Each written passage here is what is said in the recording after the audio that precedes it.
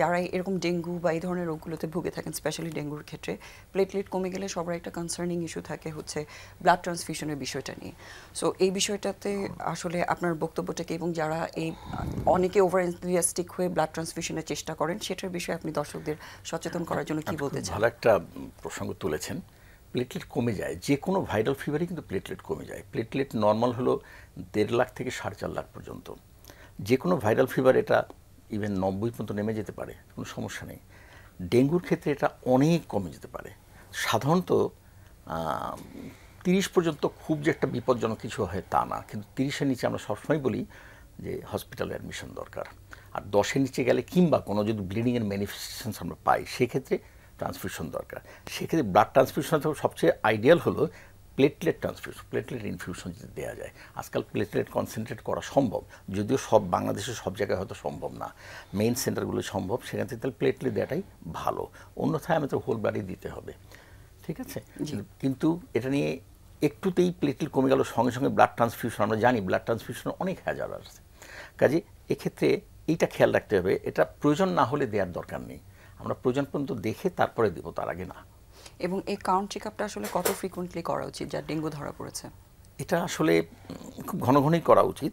Even কখনো কখনো আমরা প্র্যাকটিসের ক্ষেত্রে দেখেছি দুবেলাও করেছি। মানে একটা পেশেন্টের উপসর্গ দেখে এবং তার কাউন্টটা কিরকম আসছে সেটা দেখে। তো সাধারণত প্রতিদিন একবার করলে হয়, বা খুব যেখানে সব সেই সুযোগ নেই সেখানে দুদিনে একদিন আমরা করে থাকি। কিন্তু আইডিয়ালি দুই বেলা করলে এটা চেঞ্জ, প্লেটলেট চেঞ্জটা খুব দ্রুত হয়। এই জন্য দুবেলা করতে পারলেও খুব ভালো, কিন্তু সব জায়গায় হয়তো সম্ভব হবে না। অবশ্যই। আর আরেকটা বিষয় হচ্ছে যারা অ্যাসপিরিন জাতীয় ট্রিটমেন্ট নিয়ে থাকেন, স্পেশালি যারা কার্ডিয়াক রোগী আছেন, তাদের ক্ষেত্রে প্লেটলেটের সাথে এই বিষয়টা একটু অনেক সময় একটু কনফিউজিং হয়ে যায়, যেহেতু দুইটাই রক্ত জমাট বাঁধার ক্ষেত্রে বাধা তৈরি করছে। সো যারা এই ধরনের ওষুধগুলো নিচ্ছেন তাদের ক্ষেত্রে আসলে কি ধরনের সতর্কতা অবলম্বন করা উচিত? এটা খুব গুরুত্বপূর্ণ প্রশ্ন।